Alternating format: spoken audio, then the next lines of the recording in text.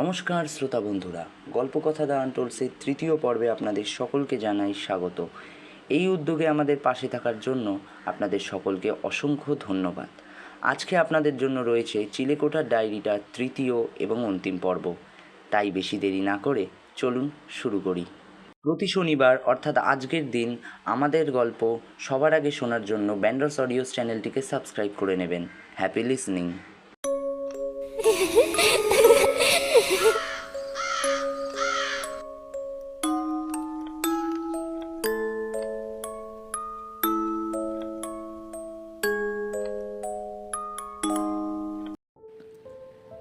কৃষ্ণেন্দুর চোখে ক্রীধাকে হারিয়ে ফেলার ভয় দেখে আশ্বস্ত করলেন তিনি।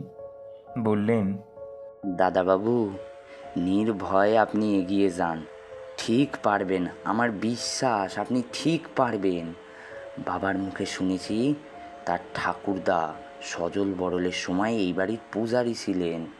তিনি সব জানতেন এই ব্যাপারে। তিনি ভবিষ্যতের এই বিপদের কথা ভেবেই নাকি এই বাড়িতে কোথাও সেই কবর খোঁজার সংকেত লিখে গেছেন। কিন্তু সমস্যাটা হচ্ছে কোথায় রেখে গেছেন তা আমি ঠিক জানি না। বাবার মুখে শুনছি উনি নাকি হেয়ালি করে কথা কইতেন, আর ওনার হেয়ালির উত্তর খুঁজতে গেলে হেয়ালিটারে ডান দিক থেকে বাদিকে পড়তে হতো। না, বড্ড দেরি হয়ে গেল। আজ উঠি। ঈশ্বর আপনাদের মঙ্গল করুন। এই বলে বৃদ্ধ উঠে চলে গেলেন। ঠিক তারপর মিনা এসে বলে, দাদাবাবু, আপনারা কিছু খাবেন নে? মাথা নেড়ে জানিয়ে দিল না। কি যেন ভাবতে ভাবতে রুক্মিণী কৃষ্ণেন্দুর দিকে তাকিয়ে বলল, আচ্ছা, যদি কোনো ছড়াকে উল্টো দিক থেকে পড়া হয় ঠিক কেমন শোনাবে? অবভিয়াসলি ভীষণ অদ্ভুত শোনাবে, কিন্তু কেন বলতো? ওনার কথা যদি সত্যি হয় তবে আমাদের হাতে এমন কোনো এক সূত্র আসবেই যাতে আমাদের কাছে সবটা পুরো ক্লিয়ার হয়ে যাবে। কথাটা অবশ্য ভুল বলিসনি। আচ্ছা, আমরা একবার চিলেকোঠায় গিয়ে খুঁজে দেখতে পারি না? যদি কিছু ক্লু পাই।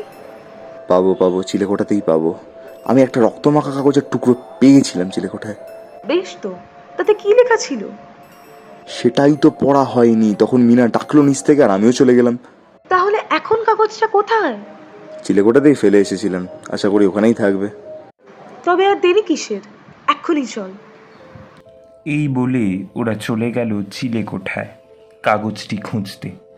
দুজনেই সিঁড়ি বেয়ে উঠে গেল চিলেকোঠার সামনে।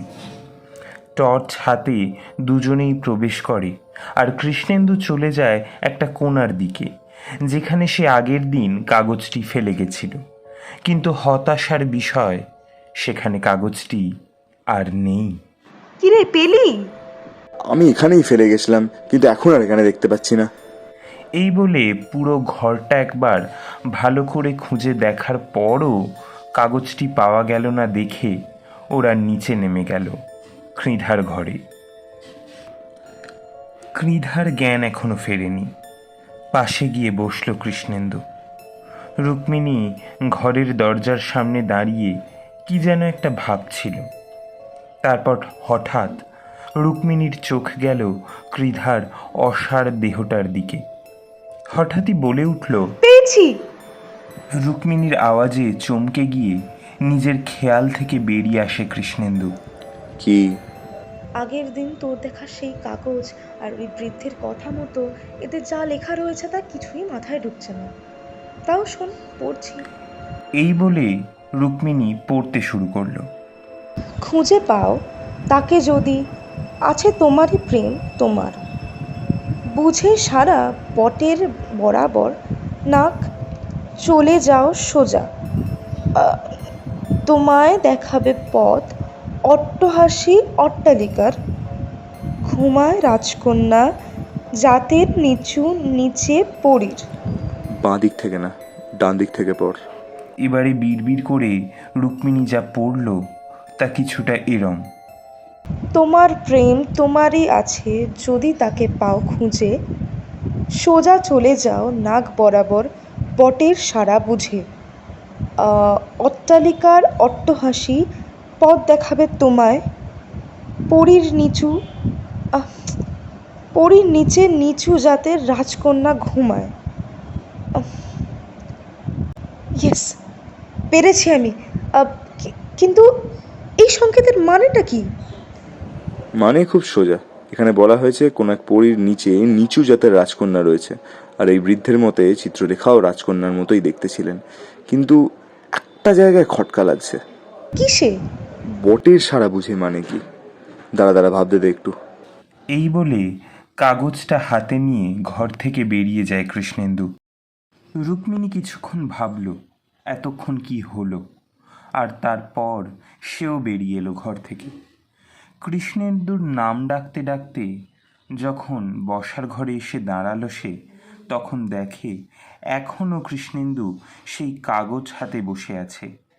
ও রেগে গিয়ে বলল, কি রে, ডাকছি সাড়া দে, নাকি আমার কথার উত্তর দিতেই ইচ্ছা করছে না? কি বললি? বললাম আমার কথার উত্তর দিতে কি ইচ্ছা নেই? হঠাৎ চোখ জল করে ওঠে কৃষ্ণেন্দুর। মুখ তুলে রুক্মিণীকে বলে, পেয়েছি। আমাদের কেউ যখন ডাকে তার ডাকে আমরা সাড়া দিই, অর্থাৎ উত্তর দিই। তার মানে বটের সাড়া, মানে বটের উত্তরে। মিনাদি, ও মিনাদি। মিনা এসে বলে, ও দাদা বাবু ডাকছেন? আচ্ছা মিনাদি, আমাদের গ্রামে কোনো এমন বট গাছ আছে যেটা 100 বছরেরও বেশি পুরনো? হ্যাঁ আছে তো। আপনারা যে বড় রাস্তা পেরিয়ে আসেন না, তার একটু এগোলেই বাগান বাড়ির দিঘি। আর সেই দিঘির পাশেই তো আমাদের গ্রামের সবচেয়ে পুরনো বট গাছ। শুনেছি ওখানে নাকি আগে গ্রামের মোড়লের সভা বসতো। কিন্তু দাদা বাবু, ওই গাছ আপনার কি কাজে লাগবে এটাই তো বুঝলাম না। সেসব পরে বলবো, তুমি কৃদার কাছে থাকবে, আমি আসছি। রুক্মিণী, তুই যাবি? নিশ্চয়ই। চল তবে, দেরি করিস না, বিকেল হয়ে উঠেছে। দুজনেই বেরিয়ে পড়ে বাগানবাড়ির দিঘির দিকে। আসার সময় কৃষ্ণেন্দু দেখেছিল বাগান বাড়িটি, তাই পথ চিনতে অসুবিধা হলো না।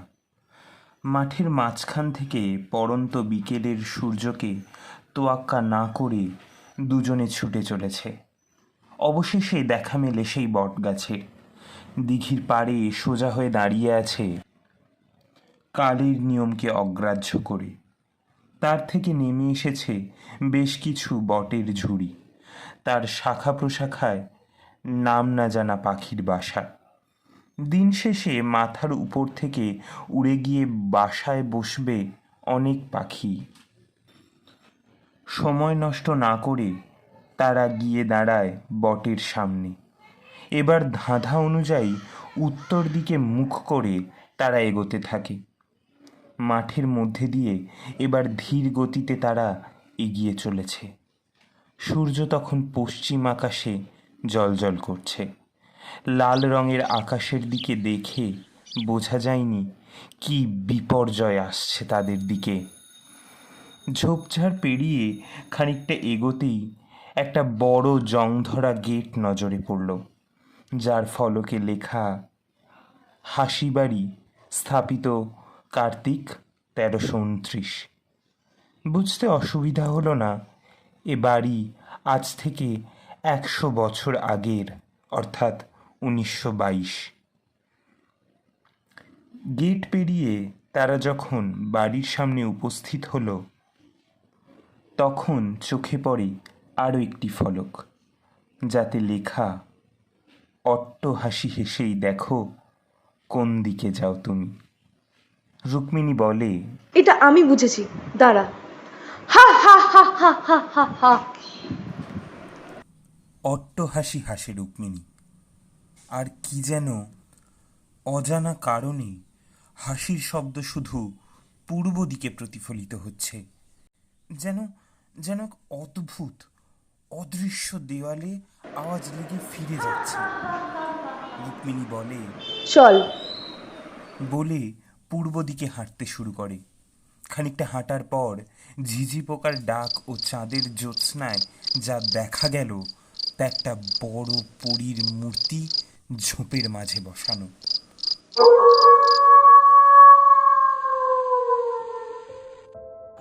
মূর্তির হাতে একটা আধহেলানো কলসি, এবং তার ভিতর দিয়ে জলের বদলে বেয়ে পড়ছে একটা পাথরের সাপ। খুব খুব কদাকার সেই পরিমূর্তি। ঝোপ পরিষ্কার করে ঠিক পরীর মূর্তির নিচটায় একটা লাঠির মাধ্যমে খুঁড়তে থাকে কৃষ্ণেন্দু। রাতে বৃষ্টির কারণে মাটি ভেজা। কিছুটা খুঁড়তেই খট করে একটা আওয়াজ হলো। মাটি সরিয়ে যা দেখা গেল তা দেখে গায়ের রক্ত হিম হয়ে গেল ওদের। মাটি সরিয়ে যা দেখা গেল তা তা তা অবিশ্বাস্য। একটা একটা বাক্স দেখে যা মনে হলো একটা একটা কফিন। মাটি সরিয়ে তা উপরে তুলল দুজনে। কফিনের উপরের ঢাকাটা একটু একটু ক্ষয়ে গেছে। একটা বড় পাথর দিয়ে সজোরে ঠুকে ঢাকাটা ভেঙে ফেললে দিল কৃষ্ণেন্দু। ভিতরে লাল শাড়ি পরানো একটা নারী কঙ্কাল, হাতের পাশে ভাঙা শাখা ও পলা। বড় বড় কষ্টে মৃত্যু হয়েছিল চিত্রলেখার। আজ তার আত্মা মুক্তি পাবে। এই ভাবতে ভাবতে হঠাৎ চমক ফিরল কাঁধের ওপর একটা হাতের স্পর্শতে। পিছনে ঘুরেই দেখে সেই বৃদ্ধ। রেগে গিয়ে বলেন, আপনারা জানেন কত বড় বিপদ ডেকে এনেছেন আপনারা? 100 বছর ধরে মাটির তলায় থাকা তার দেহ আজ প্রাণবায়ুর স্পর্শ পেয়েছে। তাই এতক্ষণে বোধহয় সে টের পেয়ে গেছে। বাড়িতে কেউ নেই তো? ইতস্ততভাবে কৃষ্ণেন্দু বলল, মিনাদি আছে কৃধার কাছে, আর রামকৃষ্ণ বাড়িতে। সর্বনাশ! ওদের অনেক বিপদ। তাড়াতাড়ি চলুন, তাড়াতাড়ি বাড়ি চলুন। কিন্তু এই দেহটার কি হবে? ও নিয়ে ভাবতে হবে না। আমার সাথে চলুন। আমার 2জন ছেলা আছে, ওরা এই বটতলায় নিয়ে গিয়ে পুজোর জোগাড় করবে। তোমরা নিশ্চিন্তে থাকো। এবার চলো বাড়ির দিকে। এই বলে বাড়ির পথে হাঁটা শুরু করে তারা। মাঠ পেরিয়ে দিঘি পেরিয়ে এগিয়ে যেতে থাকে তারা। অবশেষে হাতঘড়ির সময় যখন রাত 8টা, তারা বাড়ির সামনে পৌঁছালো। আধারে আচ্ছন্ন বাড়িটা মাথা তুলে দাঁড়িয়ে আছে চাঁদের আলোকে উপেক্ষা করে। কৃষ্ণেন্দু বাড়িতে ঢুকতে যাবে এমন সময় তাকে বাধা দিয়ে বৃদ্ধ বলে, দাঁড়ান দাদাবাবু, যাবেন না। ও বাড়ি এখন আর বাড়ি নেই, ওটি একটি মৃত্যুপুরী। কথা শেষ হলো না, তার মধ্যেই ভিতর থেকে আর্ত চিৎকার শোনা গেল। শব্দ শুনে যা বোঝা গেল, এ গলা কৃধার না, এটা মিনার গলা। ঝোলা থেকে একটা গুঁড়ো জাতীয় বস্তু বার করে বাড়ির সদর দরজা বরাবর একটা দাগ টেনে দিয়ে বৃদ্ধ বলেন, তাড়াতাড়ি বটতলার দিকে চলুন, অনেক দেরি হয়ে গেছে। কথা মতো আবার পথ চলা শুরু তাদের। বেশিক্ষণ লাগলো না সেখানে পৌঁছতে। তবে সেখানে যে দৃশ্য তাদের চোখে পড়ল তা একেবারে অপ্রত্যাশিত। বৃদ্ধর 2 চেলার দেহ ঝুলছে গাছের ডালে। দেহে প্রাণের চিহ্ন নেই, চিত্রলেখার কঙ্কালও নেই সেখানে। বৃদ্ধ আবার বলেন, এখানে আসতে বড্ড দেরি হয়ে গেছে আমাদের। শুনুন, আপনারা শুনুন মন দিয়ে। আমি এবার পুজোয় বসবো। যতক্ষণ না পুজো শেষ হবে আপনারা কেউ আমার টানাগন্ডির বাইরে বেরোবেন না। বলে পুরো গাছটিকে গোল করে একটা গণ্ডি টেনে দিলেন। গাছের গোড়ায় বসে বৃদ্ধ আবার বলেন, মনে রাখবেন, সেই প্রেতাত্মা বিভিন্ন রূপ ধরে আপনাদেরকে এই গণ্ডির বাইরে বার করার চেষ্টা করবে, কিন্তু আপনারা ভুলেও এই গণ্ডির বাইরে পা রাখবেন না। আর হ্যাঁ, মনে রাখবেন, খুব বেশি ভয় লাগলে মনে মনে তারক ব্রহ্ম নাম জপ করবেন। কেউ বেরোবেন না গণ্ডির বাইরে। পুজো শুরু হলো। বৃদ্ধ মাঝখানে জ্বলা আগুনের মধ্যে রঙিন গুঁড়ো ছেটাতে মন্ত্র পড়তে থাকে। কোনো এক অজানা ভয়ে সারা গায়ে কাঁটা দিয়ে ওঠে ওদের। এরপর কতক্ষণ সেই পুজো চলেছিল মনে নেই।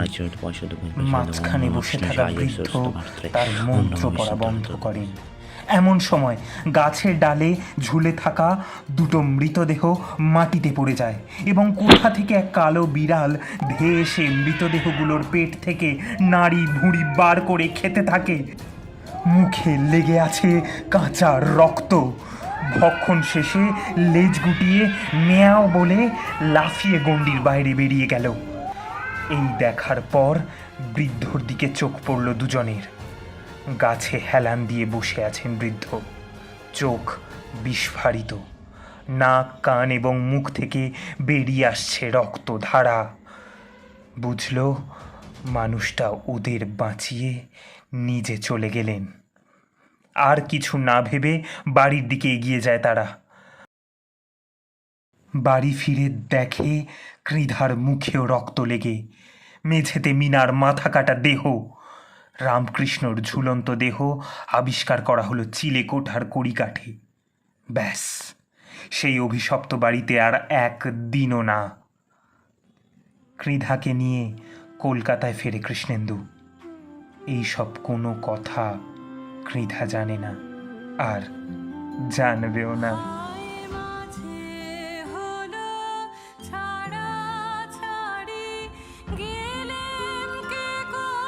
শেষ হলো চিলেকোঠার ডায়েরিটার তৃতীয় ও অন্তিম পর্ব।